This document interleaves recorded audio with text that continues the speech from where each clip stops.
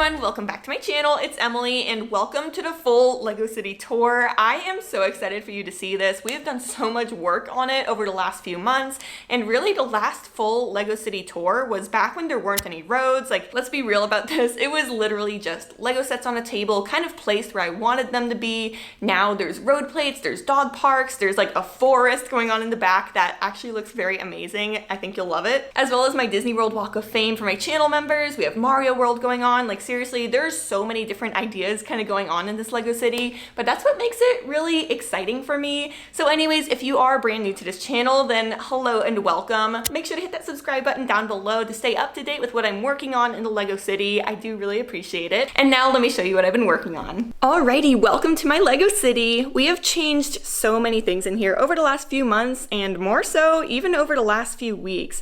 Last time I did a full city tour, there were not road plates in here, there wasn't an ocean, nothing was really done at all. It was quite literally sets on a table, and that is not the case anymore. So this is the angle that you see when you first walk into the room, and let me tell you which buildings we have, and then we'll focus more on kind of like the street level of the Lego City. But here right in front we have the Palace Cinema, and side note real quick, I love this modular.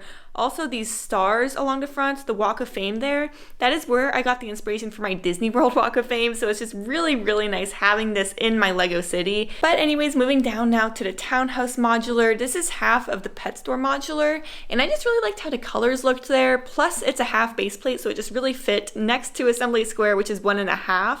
But anyways, here we have Assembly Square, the bakery out front, and everything about this is just really nice, plus it gives you lots of room in the front to work with different minifig placements, so I just love having that one right in the front of the city block. And then at the end we have the diner. This is not the permanent location for it. It is not a corner modular, but we just don't have any other corner modulars to place here, and as you can see, this whole end of the Lego City is still not done. These are just road plates there for now to make it look decent while we get more pieces to make more of these actual road plates. And then looking along the side of this first city block, there is a whole alleyway between these, which is clearly visible because the diner is not a corner modular. I do not know what the 2022 modular is going to be yet, but I really hope it's a corner modular. I think we are way overdue.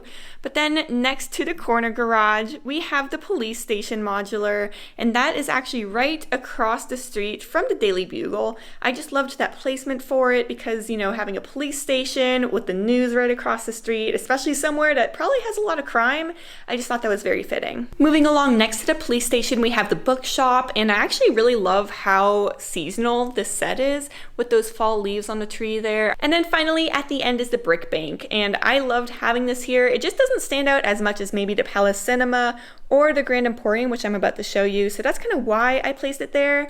I liked it in full view, but also not front and center like the Palace Cinema is. I just feel like that's much more of a statement piece. And then looking along the second city block, right front and center there, we have the Grand Emporium, and it says shop in the front with these really nice block letters. And then there's also a billboard up top, and so I really wanted this to be literally front and center. As soon as I walk into the room, I see this modular, so that's why I placed that one there. Right next to that, we have the Parisian restaurant, and then the Daily Bugle. Now, something about the Daily Bugle I do want to change eventually is that this glass in the front here is broken. I think it looks really cool. It's so action-packed, but at the same time, I kind of want it to look more normal. But then something on this building that I am super proud of is the lettering. It says Lady Berg instead of Daily Bugle. We changed that earlier this week, and also there's that really nice bone build in the middle that I just love. I think it looks really slick, and I know I say this all the time, but I really do try to make my Lego City very unique and different and fun, even though all of the buildings in here are the same as most other people's Lego cities.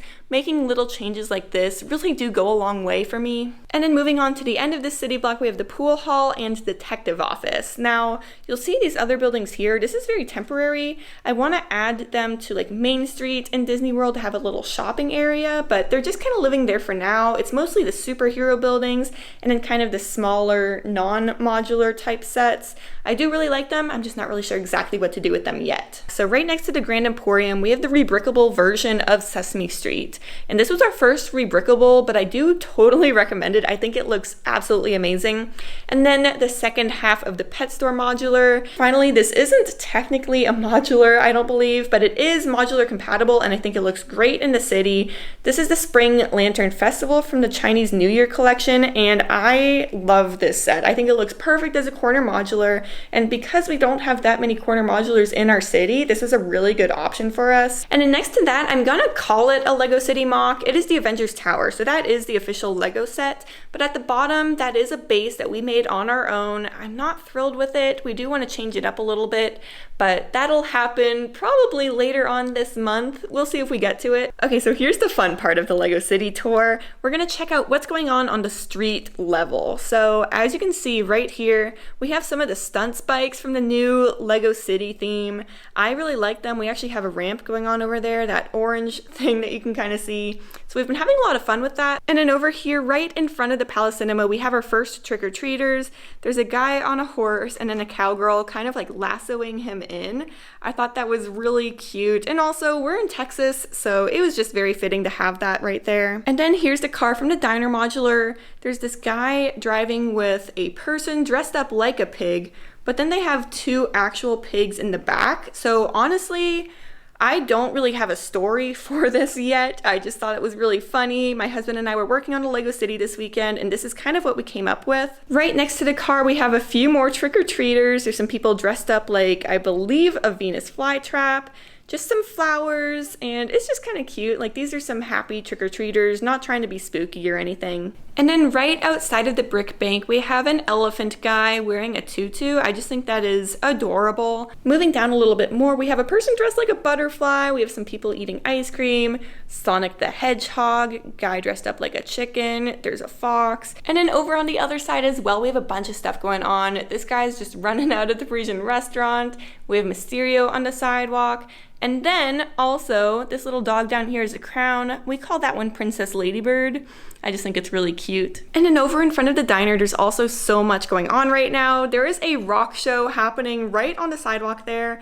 There's these two guys playing guitar and keytar, I believe, with the printing upside down, but we just won't talk about that. These two guys are coming straight from Legoland to check it out. I just love those torso printings. I think they're really cool. So yeah, there's a nice little concert going on. There's a guy over here selling hot dogs dressed up like a hot dog, which is really fun. There's that little tiger person there, which is just so cute. I love that face printing. We've also got pizza guy, pretzel girl, and pretzel boy back there as well. And then along the rooftop, I don't really talk about this too much, but we just have a bunch of our fun costumed people hanging out up here.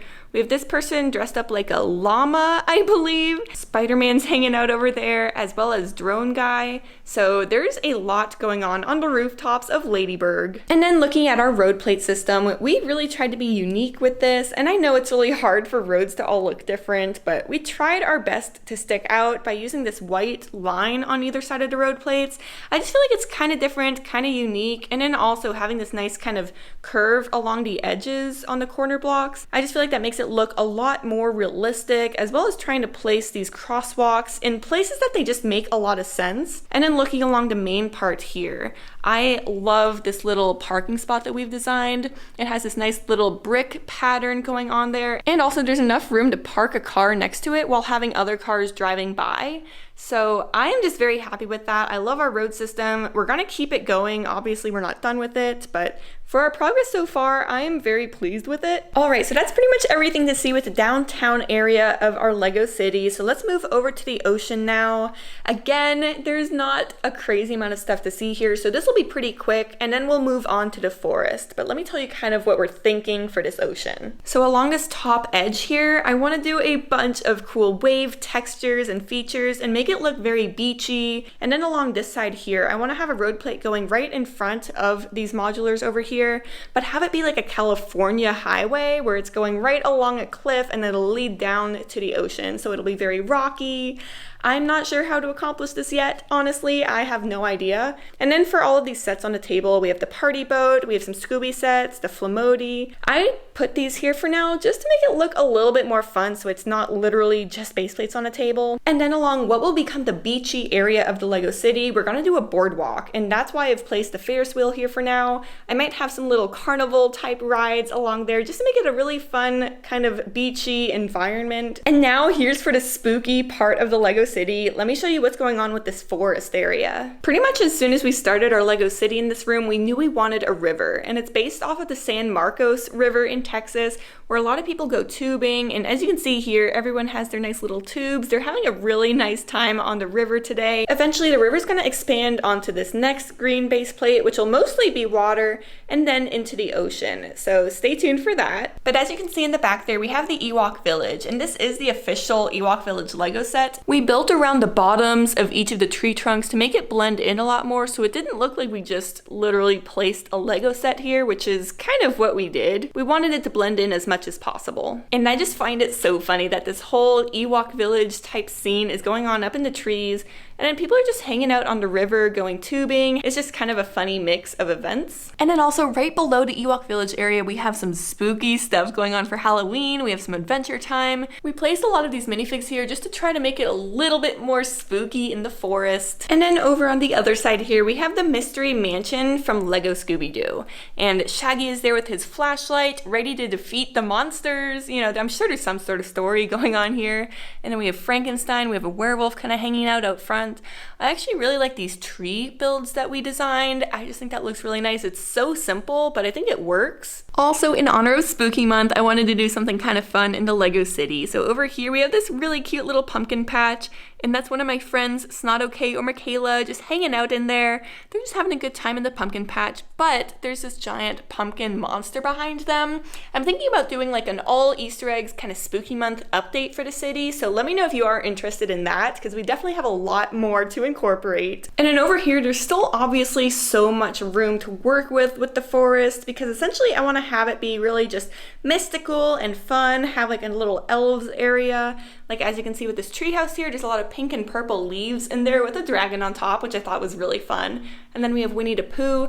And so essentially I want to have it like very mystical leading into Disney World. So if you have any ideas on what to incorporate into this space here, please do leave me a comment below. I would love to hear your suggestions. And then like I said earlier, the Disney World portion of the Lego City has not gotten as much attention lately, but let me kind of show you what's going on. So in the back corner, we have Elsa's castle, and I really want to make this just a giant mountain, which you can tell I've started working on. It's just not very good. I'm still learning how to do rock work, so I'm gonna kind of redo that eventually. We've also done a lot of rock work along the base of the castle, but I'm not thrilled with it. I think it's a really good start, but I think we can do better. We've gotten a lot more practice since the first time we tried it, so stay tuned. And now let me show you the Walk of Fame in Lego Disney World. This will essentially be Main Street, and plus it's a great way for me to feature all of my channel members that you can see along here. There's still quite a large number of these stickers that I need to add to my city, and a dilemma that I've come across is that the newer ones are much more saturated and colorful than the older ones.